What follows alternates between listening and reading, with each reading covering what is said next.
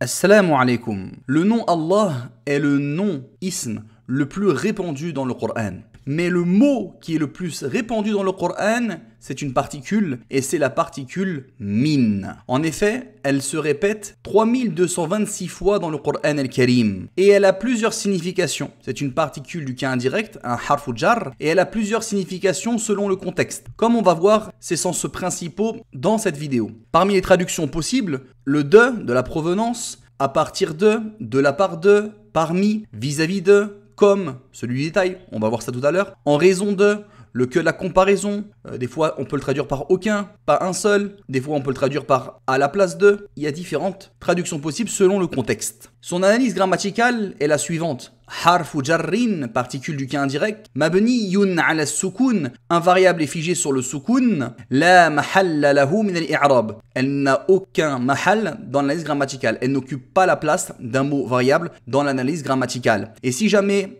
il y a l'article après, on mettra une fatha de liaison, mina. Et on dira dans ce cas-là, wal fathu li tajannubil tiqa'i sakinain. Et le fait d'avoir mis une fatha sur mina est pour le repoussement de la rencontre et la consécution entre deux lettres muettes. Une petite remarque intéressante, c'est que lorsqu'on va suffixer à la particule min le ya al-mutakallim, le pronom affixe de première personne de singulier, il faudra au préalable ajouter un nun de protection qu'on appelle nounul wiqaya, ce qui donnera une shadda, comme vous le voyez ici, min qui veut dire de généralement et le ya qui veut dire moi, de moi, eh bien on ne pourra pas dire mini, mais on rajoutera un nun entre les deux, ce qui s'assimilera en shadda et on dira minni. Quels sont donc les différents sens ou les principaux sens de min dans le Coran et dans la langue arabe de façon générale? Suivez avec moi. Le premier sens, ibtida'ul ghayatil makaniyya, c'est-à-dire le point de départ, indiquer la provenance ou le point de départ d'un lieu. Exemple, je dis, je suis parti de Paris à Toulouse. De Paris, c'est le point de départ, et après je vais à Toulouse. Donc le de ici, c'est le point de départ, et on le traduira en arabe par min.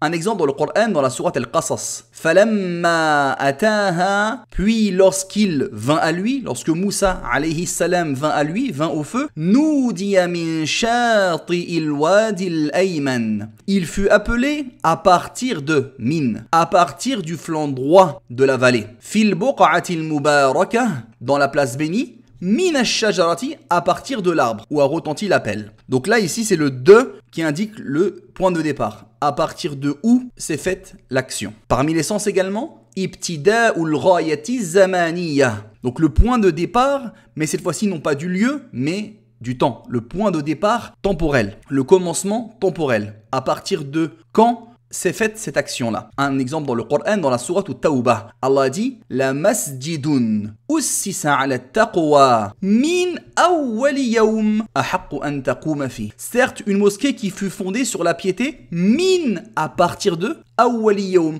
à partir du premier jour. On peut traduire aussi dès le premier jour. Est plus en droit que tu t'y tiennes debout au messager d'Allah afin d'y faire la prière. Min awwali yawm. Donc à partir du premier jour. Elle a été fondée. Donc là, ça indique le point de départ, le commencement avec une notion temporelle. Troisième sens est tab'id, la partition, ou le fait d'être une partie de quelque chose ou d'un groupe. At-tab'id. Allah nous dit dans la sourate Al-Qasas, satajiduni, tu vas me trouver, insha'Allah, si Allah veut, minas salihin, parmi les vertueux. Je serai quelqu'un parmi les vertueux. Je ne serai pas tous les vertueux, mais quelqu'un parmi eux. Donc qui indique une partie de la chose. Quatrième sens, bayanul jins. On appellera ça min al-bayaniyya. Il va servir ici à mettre en évidence le type, la nature et l'espèce de ce que l'on est en train d'énumérer et de parler. C'est aussi un min d'énumération, de détails. On va le traduire généralement par comme. Comme si je disais, achète des fruits comme des poires, des bananes, des fraises, etc. Ce comme, c'est pas le comme de la comparaison, de la similitude, mais c'est le comme qui sert à détailler et à préciser ce de quoi on parle. Allah dit dans Surat Al-Baqarah, wa ma taf'alu, et ce que vous faites, min khayrin, comme bien, ya'lamhu Allah. Allah le sait. Ce que vous faites, on peut sous-entendre plein de choses, plein de types d'actions. Et donc là, on va préciser de quoi on parle, min khayr. On parle pas de n'importe quelle action, on parle des actions de bien. Wa ma taf'alu min khayr, comme bien, Allah le sait. Et ce min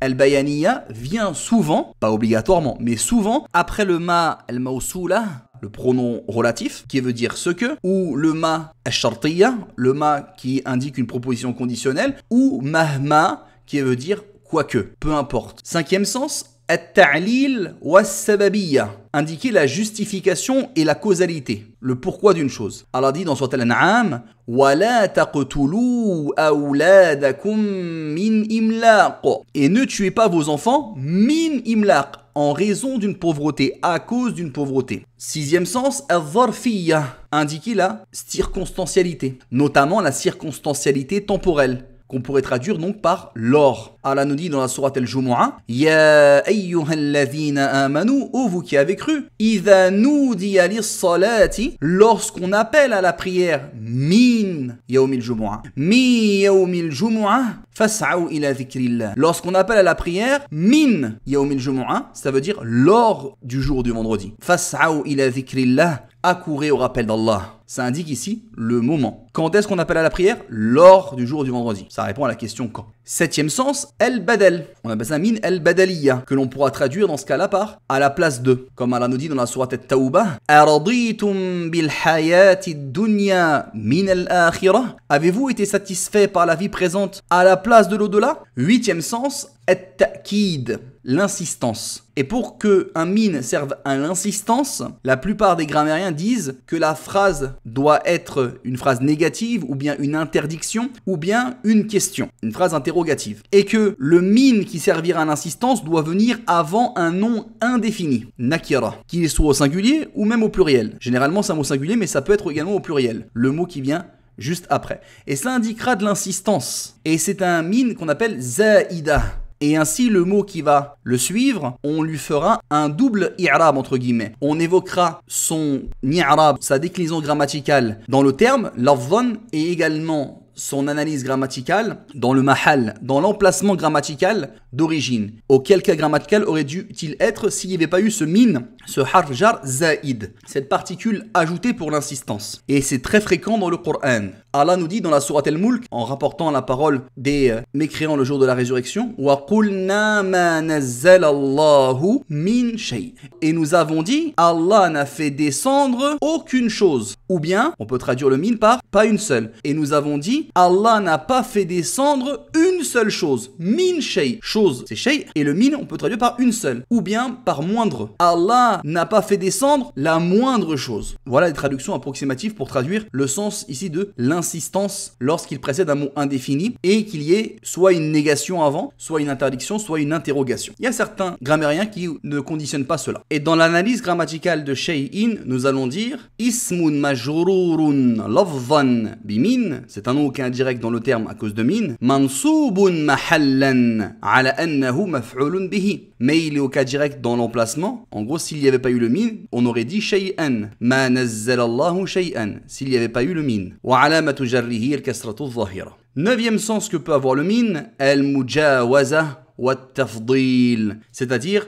pour indiquer que ce qui vient avant dépasse et surpasse et est meilleur que ce qui va venir après. Donc notamment dans l'utilisation du superlatif que l'on voit en détail dans le tome 4. Allah dit, Surat Ghafir, La khalqu samawati wal ardi akbaru min khalqin nas. Certes, la création des cieux et de la terre est akbar, est plus grande, plus grandiose, plus immense, min, que khalqin nas, que la création des gens. Les deux ont une part de grandeur, mais la création des cieux et de la terre est plus grande, plus grandiose, plus immense que la création des gens. Donc c'est utiliser le min ici dans l'utilisation du superlatif. Comme quand Iblis l'a dit, Ana khayrun minhu. Je suis meilleur que lui, en parlant de Adam. Dixième sens que peut avoir le min, al-isti'la, la supériorité, le fait d'être au-dessus et d'avoir le dessus. En effet, Allah Azza wa Jal dit dans la sourate Al-Anbiya, wa nasarnahu, et nous l'avons secouru, min al-qawm, alladhina kadhabu bi ayatina. Nous l'avons secouru sur les gens qui ont traité de mensonges nos signes. Nous l'avons secouru, Nuh, sur les gens. C'est-à-dire nous l'avons mis au-dessus des gens. Nous l'avons fait dominer sur les gens qui ont traité de mensonges nos signes. 11e sens, al-fasl wa tamyiz, le min qui va servir à faire la distinction. Allah nous dit dans la sourate al-Baqarah, Wallahu ya'lamul mufsida min al-muslih. Et Allah sait qui est le mufsid, qui est celui qui agit mal au détriment des orphelins al-yatama, min al-muslih, de celui qui agit bien. Donc pour faire la distinction et la séparation entre les deux. Voilà donc pour les principaux sens de min dans le Coran. Soyez donc avertis des différents sens qu'il peut avoir. Et je vous donne rendez-vous pour une prochaine vidéo de notre série Les mots du Coran afin de progresser dans la compréhension de ce livre béni. Et je vous invite également à apprendre la langue arabe de façon profonde, que ce soit avec son vocabulaire, sa grammaire, sa conjugaison, et ainsi de pouvoir accéder directement à la parole du Seigneur des mondes, Tabaraka wa Ta'ala, sans intermédiaire. Jazakumullahu khayran. Wa akhiru da'wana anil hamdulillahi rabbil alamin.